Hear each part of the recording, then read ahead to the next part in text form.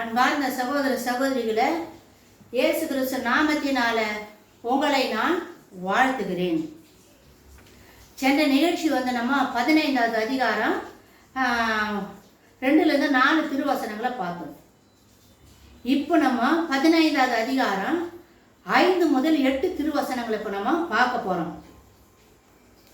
பரலோக சாட்சியின் கூடாரமாகிய ஆலயம். பரலோகத்தில் யோவான் ஆலயத்தை பார்க்குறாரு. அதை பற்றி இப்போ நம்ம பார்க்கலாமா? வசனம் என்ன சொல்லுது அப்படின்னு. இவைகளுக்கு பின்பு நான் பார்த்த பொழுது இதோ பரலோகத்தில் சாட்சியின் கூடாரமாகிய ஆலயம் திறக்கப்பட்டது. அந்த ஆலயத்தில் இருந்து 7 வாதைகளை உடைய அந்த 7 தூதர்களும் சுத்தமும் பிரகாசமுமான மெல்லிய வஸ்திரம் தரித்து மார்பருகே பொற்கச்சையை கட்டிக்கொண்டு புறப்பட்டார்கள். அப்பொழுது அந்த 4 ஜீவன்களில் ஒன்று சதா காலங்களிலும் உயிரோடு இருக்கிற தேவனுடைய கோபாக்கினை நிறைந்த பொற்கலசங்கள் 7ஐயும் அந்த 7 தூதர்களுக்கு கொடுக்கப்பட்டது. அப்பொழுது தேவனுடைய மகிமையினாலும் அவருடைய வல்லமையினாலும் உண்டான புகையினாலே தேவாலயம் நிறைந்தது. 7 தூதர்களும் 7 வாதைகளும் முடியும் வரைக்கும் ஒருவரும் தேவாலயத்திற்குள் பிரவேசிக்க கூடாதிருந்தது. இங்கு மீண்டுமாய் பரலோகத்தில் ஆலயத்தை பார்க்கிறோம். யோவான் என்ன பார்க்கிறாரு? ஆலயத்தை பார்க்கிறாரு. பரலோகத்துல ஆலயம் இருக்குதாம். அதிலிருந்து வெளியே வந்த 7 தூதர்களும் ஆசாரியர்களுக்கு உரிதான வஸ்திரம் தரித்தவர்களை தரித்திருக்கிறாங்க அப்படின்னு யோவான் பார்க்கிறாரு. ஆலயத்திலிருந்து வெளியே வந்த அந்த 7 தூதர்கள் மெல்லிய வஸ்திரம் தரித்து மார்பருகே பொற்கச்சை கட்டி இருந்தாங்க. அப்படின்னா மார்பருகே பொற்கச்சை யார் கட்டுவாங்கன்னா ஆசாரியர்கள் தான் கட்டுவாங்க. அப்படின்னா இந்த தேவ தூதர்கள் ஆசாரியர்களுக்கு உரிதான ஆடையை உடுத்தி கொண்டு வராங்க. 7 கலசங்கள் அவங்க கிட்ட கொடுக்கப்பட்டது. யாரு கொடுக்குறாங்க அப்படின்னா நம்ம பிதாவாகிய தேவன் சிங்காசனத்துக்கு 4 பக்கங்களிலும் 4 ஜீவன்கள் இருக்குது இல்லையா? அந்த ஜீவன்கள்ல ஒரு ஜீவன் தேவாலயத்தில் இருக்கிற 7 கலசங்களையும் எடுத்து இந்த 7 தூதருக்கு ஆளுக்கு ஒரு கலசம் 7 கலசங்களை கொடுக்குறாங்க. அந்த 7 தேவ தூதர்களும் கைகளில் ஏந்தி இருந்த 7 பொற்கலசங்கள் 4 ஜீவன்களில் ஒன்றில் கொடுக்கப்பட்டது. 4 ஜீவன்ல எந்த ஜீவன் சொல்லிட்டு குறிப்பிட்டு சொல்லல.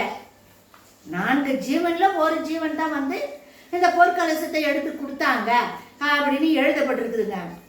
இந்த 4 ஜீவன்களில் ஒன்று 7 கலசங்களை கையளித்த உடனே இந்த ஜீவன் போய் தேவாலயத்தில் இருக்கிற அந்த 7 கலசங்களையும் எடுத்து தேவ தூதர்கிட்ட கொடுத்துட்ட பிறகு உடனே பரலோகத்தில் உள்ள தேவாலயம் புகையினால் நிரம்பிற்று. 7 கலசங்களை கையில கொடுத்த உடனே தேவாலயம், பரலோகத்தில் இருக்கிற அந்த தேவாலயம் புகையினால நிரப்பப்பட்டுச்சான்.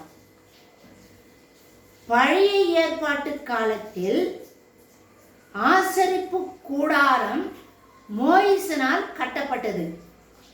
எருசலேம் தேவாலயம் சாலமோன் ராஜாவால் கட்டி முடிக்கப்பட்டது.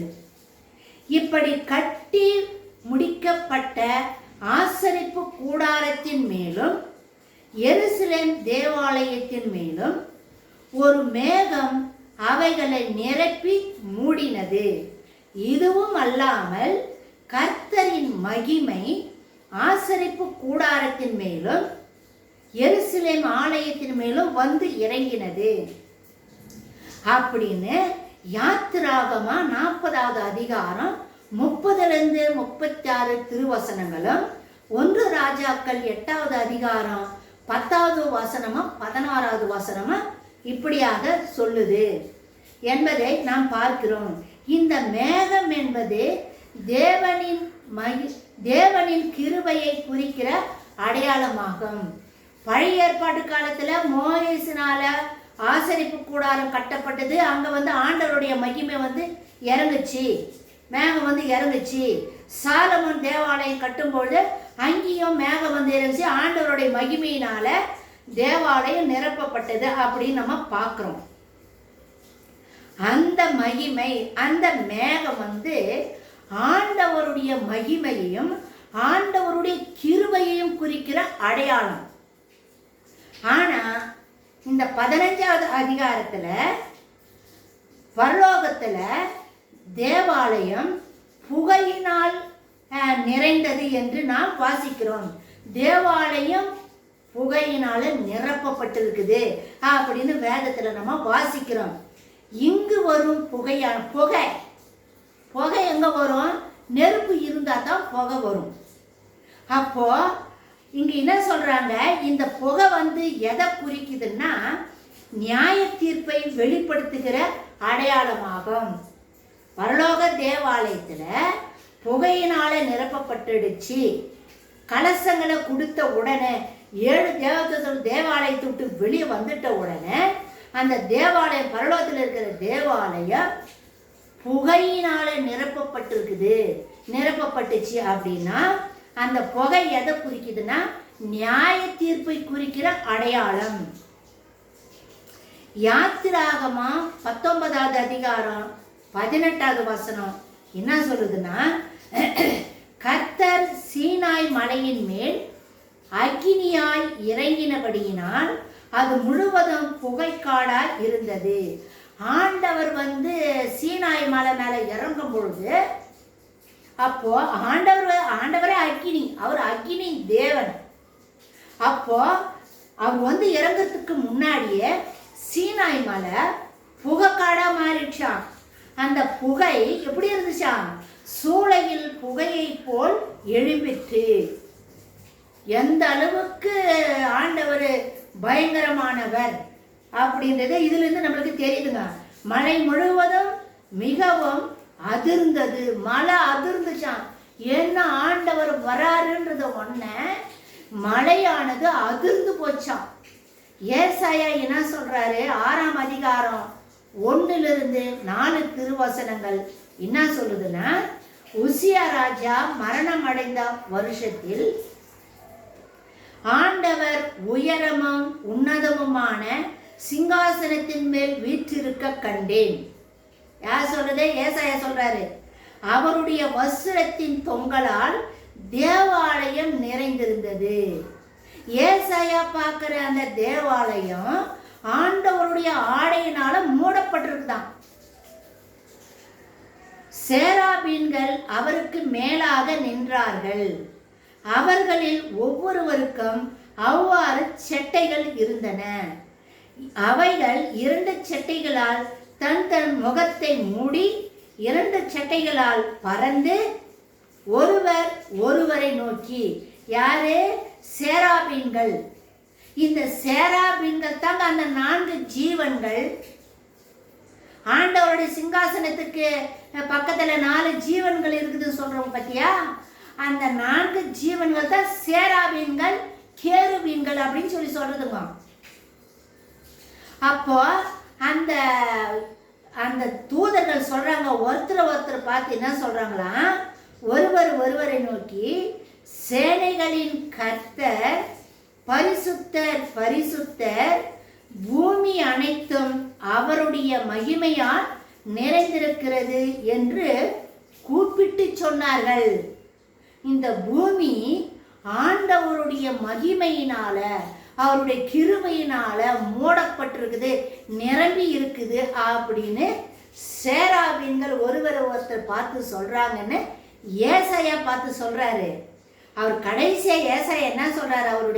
அவர் பார்த்த அந்த காட்சியில, கூப்பிடவர்களின் சத்தத்தால் ஒருத்தர் ஒருத்தர் கூப்பிட்டு சொன்னாங்க பற்றி ஆண்டவருடைய மகிமையினால பூமி நிரப்பப்பட்டிருக்குதுன்னு சொல்லிட்டு, அது கூப்பிடுகிறவர்களின் சத்தத்தால் வாசல்களின் நிலைகள் அசைந்து, வாசல்களின் நிலைன்னா கதவு, அந்த வாசல்படி அப்படியே அசைந்து ஆலயம் புகையினால் நிறைந்தது. ஆலயம் எதில் நிறைஞ்சிச்சா? புகையினால நிரப்பப்பட்டிருக்குது அப்படின்னு ஏசாயா சொல்றாரு. ஏசாயா சொல்ற இந்த புகை கூட கடைசி காலத்துல, உபத்திரவ காலத்துல பூமி, அதாவது பரலோகத்தில் இருக்கிற தேவாலயம் புகையினால நிரப்பப்பட்டு இருக்கிற அந்த காட்சியை தான் ஏசாயா கூட பார்த்து அவரு புஸ்தகத்தில் அவரு எழுதியிருக்கிறாரு. இதெல்லாம் இந்த புகை அப்படின்றது எதை குறிக்குதுன்னாக்கா, நியாய தீர்ப்பினுடைய அடையாளம் தான் புகை. புரியுதுங்களா? மோசேயன் கட்டின ஆசரிப்பு கூடாரத்தின் மேலும் சாலமோன் கட்டின தேவாலயத்தின் மேலும் வந்து இறங்கின அந்த மகிமை, அது அந்த மகிமை, அதாவது அந்த மேகம் கிருபையை குறிக்கிற அடையாளம். இதோட நம்மளுக்கு 15வது அதிகாரம் வரைக்கும் முடிஞ்சு போச்சுங்க. இப்போ தேவ தூதன் அதாவது அந்த 4 ஜீவன்களை அந்த கலசங்களை எடுத்து 7 தேவ தூதர்களுக்கு கொடுத்துட்டாங்க. இப்போ இந்த தூதர்களை பற்றி நம்ம பார்த்தோம், ஆசாரியர்கள் உடைய தரிச்சுக்கிட்டு இருக்கிறாங்கன்னு.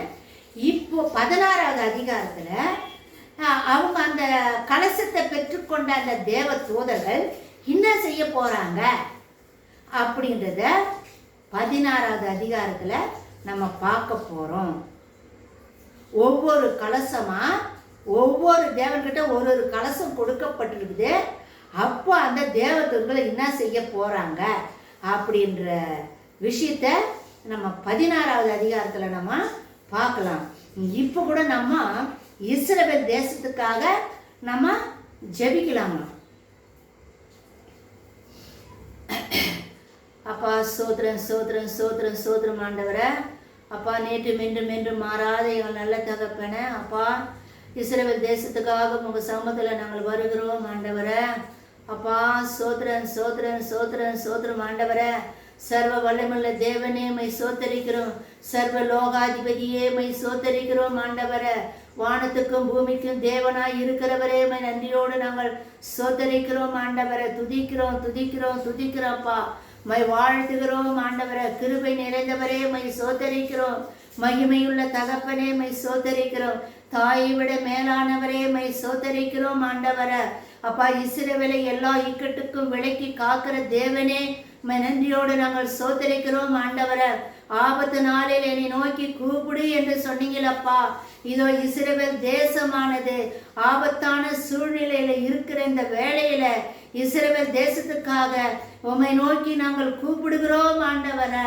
எங்க குரல்களை உயர்த்துகிறோம் ஆண்டவரை.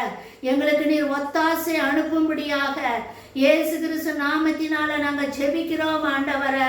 அப்பா இந்த பூமியில் இருக்கிற ஒத்தாசை எல்லாம் எங்களுக்கு வேணாம் ஆண்டவரை. எங்களுக்கு பரலோகத்தில் இருக்கிற ஒத்தாசையை நீர் அனுப்பும்படியாக இயேசு கிறிஸ்து நாமத்தினால நாங்கள் ஜெபிக்கிறோம் ஆண்டவரை. எங்களுக்கு ஒத்தாசை வரும் பர்வதங்களுக்கு நேராக எங்க கண்களை ஏறெடுக்கிறோம் ஆண்டவரை. வானத்தையும் பூமியையும் உண்டாக்கின சர்வ வல்லவரிடமிருந்து எங்களுக்கு ஒத்தாசை வரும் என்று உமையே நோக்கி நாங்க பார்க்கிறோம் ஆண்டவரை. இஸ்ரவேலே அப்பா நீர் கால்களை தள்ளாட விடமாட்டீர் ஆண்டவரை. இஸ்ரவேலை காக்கிற தேவன் உறங்குவதும் இல்லை தூங்குவதும் இல்லை என்று வேதத்தில் எழுதியிருக்கிற பிரகாரம் உமது கண்கள் இஸ்ரவேல் தேசத்தின் மீது நோக்கமாய் இருக்கிறபடினால உமக்கு கோடா கோடி கோடி நாங்கள் நன்றி செலுத்துகிறோம் ஆண்டவரை. இஸ்ரவேலை காக்கிற தேவனே மை சோத்தரிக்கிறோம். இஸ்ரவேலை எல்லா தீமைக்கும் பொல்லாப்புக்கும் விலக்கி நீ பாதுகாத்தரல வேண்டும் என்று இயேசு கிறிஸ்து நாமத்தினால நாங்கள் ஜெபிக்கிறோம் ஆண்டவரை. அப்பா சோத்தரிக்கிறோம் ஆண்டவரை. சிறு மந்தையே கலங்காதே என்று சொன்னீங்கள ஆண்டவரை. நீ சிறு மந்தைன்னு சொல்லி நினைச்சுதான் உன்னை நான் அழைத்தேன் என்று நீங்க சொல்லி இருக்கிறீங்களா அப்பா. சோத்தரிக்கிறோம் ஆண்டவரை. அப்பா சோத்தரிக்கிறோம். எங்க தேசத்தை சுற்றிலும் சூழ்ந்திருக்கிற ஓநாய்களுடைய கூட்டத்தை நீ கண்ணோக்கி பார்க்கும்படியாக நாங்கள் ஜெபிக்கிறோம் ஆண்டவரே. அப்பா சோதரிக்கிற ஈரான் நாடு சொல்லுகிற விஷயத்தை அப்பா நீர் கேட்கும்படியாக நாங்கள் ஜெபிக்கிறோம் ஆண்டவரே.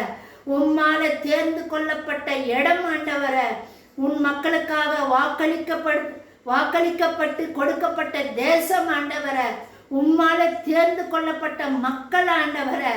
இப்பேற்பட்ட மக்களை, இப்பேற்பட்ட தேசத்தை நான் அழிச்சிடுவேன், வரைபடுத்திலிருந்து எடுத்துடுவேன்னு சொல்லிட்டு எதிரிகள் ஆண்டவரை அப்பா ஈரான் சொல்லுகிற இந்த அவைய குரலை நீர் கேட்கும்படியாக நாங்கள் ஜெபிக்கிறோம் ஆண்டவரை. அப்பா சோதரிக்கிறோம் ராஜா. அன்னைக்கு எஸ்யா ராஜாவினுடைய ஆட்சி காலத்துல அசிரியன் வந்து ஆண்டவரை யுத்தம் செய்கிற பொழுது அப்பா ரப்சாக்கே சொன்னானே, எசேக்கியா நீ வணங்குற தேவன் உன்னை விடுவிக்க வல்லவராய் இருக்கிறாரா? என்னுடைய ராஜா கிட்ட இருந்து யார் தப்பித்து கொள்ள முடியும் அப்படின்னு சொல்லிட்டு ரப்சாக்கே சொன்னானே ஆண்டவரை. அவனுடைய வார்த்தையை நீர் கேட்டு பரலோகத்திலிருந்து ஒரு தேவதூதனை நீர் அனுப்பினீரே. அப்பா சோதரிக்கிறோம் ஆண்டவரை. 1,85,000 பேருடைய மூச்சை ஒரு தேவதூதன் பிடிக்கி போட்டானே. அன்னைக்கு ரப்சாக்கேனுடைய அபய குரலை கேட்டு பரலோகத்திலிருந்து தூதன் அனுப்பின என் தேவனே, இன்னைக்கு ஈரான் நாடு சொல்லுகிற அதே வார்த்தையை நீ கேட்கும்படியாக நாங்கள் ஜெபிக்கிறோம் ஆண்டவரை. எங்களுக்கு ஒத்தாசையை நீர் பரத்திலிருந்து அனுப்பும்படியாக நாங்கள் ஜெபிக்கிறோம் சாமி. எங்களை காக்கிற தேவன் நீர் உறங்குவதும் இல்லை தூங்குவதும் இல்லை ஆண்டவரை. சோதரிக்கிறோம். தாயை விட நீர் மேலானவர் அப்பா. பெத்த குழந்தையை தாய் மறந்துடுவா, நான் உன்னை மறக்க மாட்டேன் என்று சொல்லி இருக்கிறீங்களப்பா. உண்மை சோதரிக்கிறோம் ராஜாதி ராஜனே. நீ கலங்காதே, திகையாதே, நான் உன் தேவனாய் இருக்கிறேன் என்று எங்க முற்பிதாக்களுக்கு நீர் வாக்களித்திருக்கிறீரே ஆண்டவரை. அந்த வாக்கு தத்தங்களை நீர் நினைவு கூறும்படியாக நாங்கள் ஜெபிக்கிறோம் சாமி. அப்பா சோதரிக்கிறோம். இஸ்ரவேலே நீ என்னால் மறக்கப்படுவதில்லை. இஸ்ரவேலே நீ என்னால் மறக்கப்படுவதில்லை என்று சொல்லி இருக்கிறீங்கப்பா. நீங்க மறக்க மாட்டீங்க. இஸ்ரவேலையும் இஸ்ராயல் மக்களையும் நீங்க மறக்க மாட்டீங்கன்றத இயேசு கிறிஸ்து நாமத்தினால நாங்கள் விசுவாசிக்கிறோம் ஆண்டவரை. சோதரிக்கிறோம். நீ சர்வ வல்லமையுள்ள தேவன் ஆண்டவரை. உமக்கு முன்பாக யார் நிற்க முடியும் ஆண்டவரை. அப்பா சோதரிக்கிறோம். மகாராஜாவனுடைய நகரம் என் தேவன் விரும்பி தேர்ந்தெடுக்கப்பட்ட ஒரு ஸ்தலம் ஆண்டவரை. பொல்லாத வலு சர்பத்தின் ஆவி ஆண்டவரை. அந்த தேசத்தின் மீது போர்க்கொடி தூக்கி இருக்கிறாப்பா. நீரே அப்பா இந்த யுத்தத்தில் நீர் இறங்கி வரும்படியாக நாங்கள் ஜெபிக்கிறோம். கர்த்தர் உனக்காக யுத்தம் பண்ணுவாரு, நீ சும்மா இரு என்று சொன்னீங்களே ஆண்டவரை. அப்பா இஸ்ரவேல் தேசத்துக்காக நீர் யுத்தம் பண்ணும்படியாக நாங்கள் ஜெபிக்கிறோம் ஆண்டவரை. இது கிதியோன் பட்டயம், இது கர்த்தரின் பட்டயம் என்று வேதத்தில் நாங்கள் வாசிக்கிறோம் ஆண்டவரை. இந்த யுத்தம் என் தேவனுடைய யுத்தமா இருக்கட்டும் ஆண்டவரை. சோதரிக்கிறோம் சோதரிக்கிறோம் ஆண்டவரை. எங்களை தாழ்த்துகிறோம், எங்களை வெறுமையாக்குகிறோம் ஆண்டவரை. எங்கள் தேசத்தையும் எங்கள் மக்களையும் ஏசப்பா ரத்தத்துக்குள்ள வைத்து பரலோக தகப்பனை நமது கரத்தில் நாங்கள் அர்ப்பணிக்கிறோம். பொறுப்பெடுத்துக் கொள்ளப்பா. நீங்க வழி நடத்துங்க. கோழி தன் குஞ்சுகளை இறகுக்குள் மூடி மறைக்கிற மாதிரி இஸ்ரவேல் தேசத்தையும் நீர் மூடி மறைத்து பாதுகாத்தரட வேண்டும் என்று எங்கள் அரும ரட்சகர மீட்புறமாகிய இயேசு கிறிஸ்து மூலமாக நாங்கள் ஜெபிக்கிறோம். மகிமை நிறைந்த நேச பிதாவே, ஆமேன் ஆமேன். மாரநாதா.